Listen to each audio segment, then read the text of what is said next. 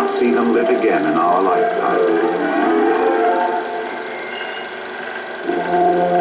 June 1914. The Archduke Ferdinand, heir to the Austrian throne, is dead, assassinated by Serbian terrorists in the Balkan town of Sarajevo.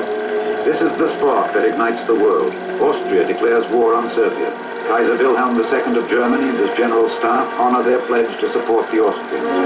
Tsar Nicholas II of Russia and his generals support the Serbs, their Slavic kin. The imperial armies are mobilized, and so is all of Europe. 5 million Russians go into uniform. The prediction of the late German Chancellor Bismarck comes tragically true.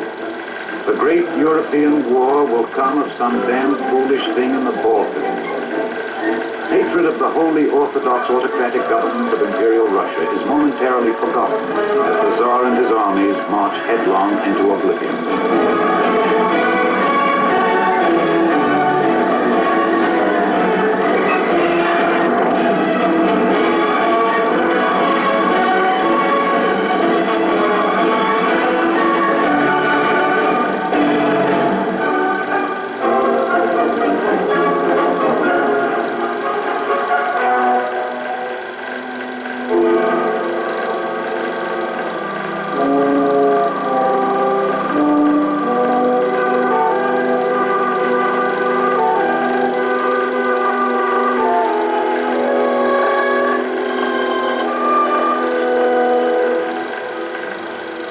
Defeat after defeat, deaths by the tens of thousands, prisoners by the millions, victims as much of their own government as of the German war machine.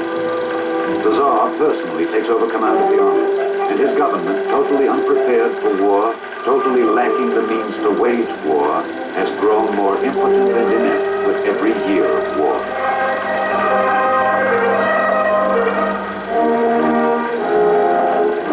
Ancient props of tradition, obedience, and faith that have sustained Imperial Russia through long generations are once again invoked to save her, but now they are invoked in vain. The people are united in their hatred of the rotting Tsarist regime, symbolized in the Siberian pseudo-monk, crafty, sensual Grigory Yefimovich Rasputin. His apparent ability to bring relief through hypnotism to the hemophilic young Tsarevich has made the Tsar and Tsarina puppets in his unscrupulous hands. Rasputin is murdered by incensed noblemen. The foundations of the old order are cracking, crumbling, convulsing. In St. Petersburg, in Moscow, the subjects of Nicholas II burst into the streets demanding bread, demanding the end of war. March 1917.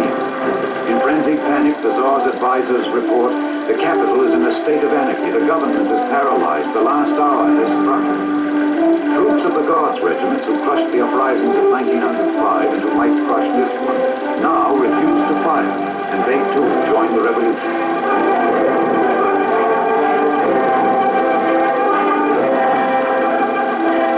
Party agitators of all hues struggle to win the allegiance of the mob for a dozen different revolutionary programs, to give the spontaneous and disorganized demonstrations form and direction. The fate, the future of Russia is at stake.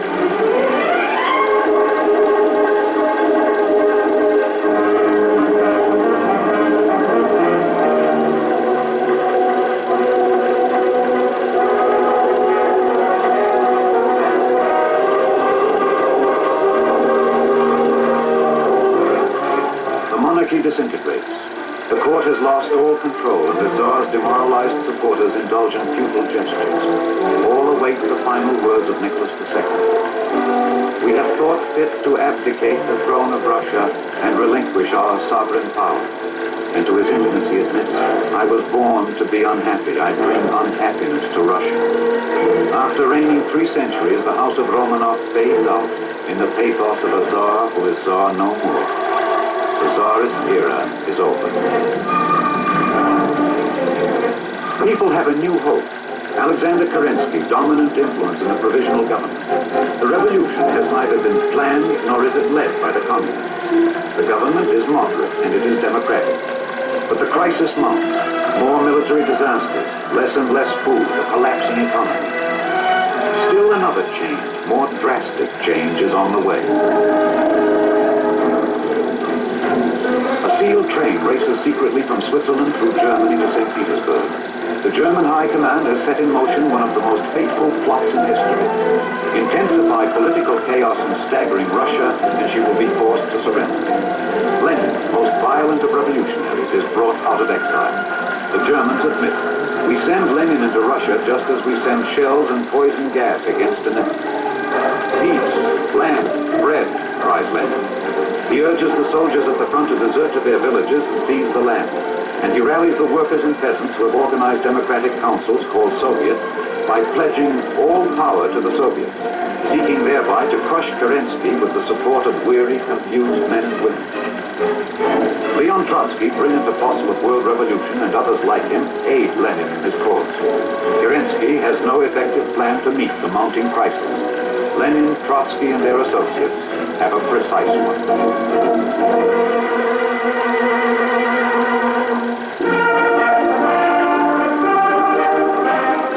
Communists call themselves Bolsheviki, majority-ites, although they represent but a tiny fraction of the Russian people. But with promises of peace, promises of land, promises of bread, seizing on the misery of the people, seizing on the military disasters inflicted by the Germans, seizing on the economic and political havoc of the time, knowing what they want and knowing how to get it, the communists stage their own revolution. November 1917. Trotsky's Revolutionary Military Committee spearheads a coup d'etat, an assault on the former Winter Palace, now the seat of the Democratic Provisional Government. Soldiers and armed workers of the Red Guard prepare to seize control of the state by force of arms, while sailors in the cruiser Aurora, anchored in the Neva River, lend support.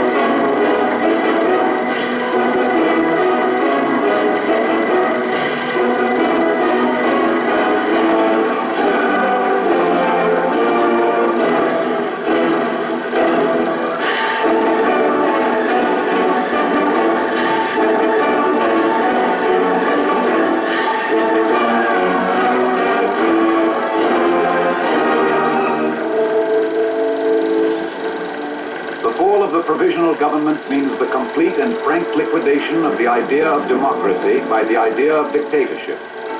Lenin has spoken. The communist era has begun.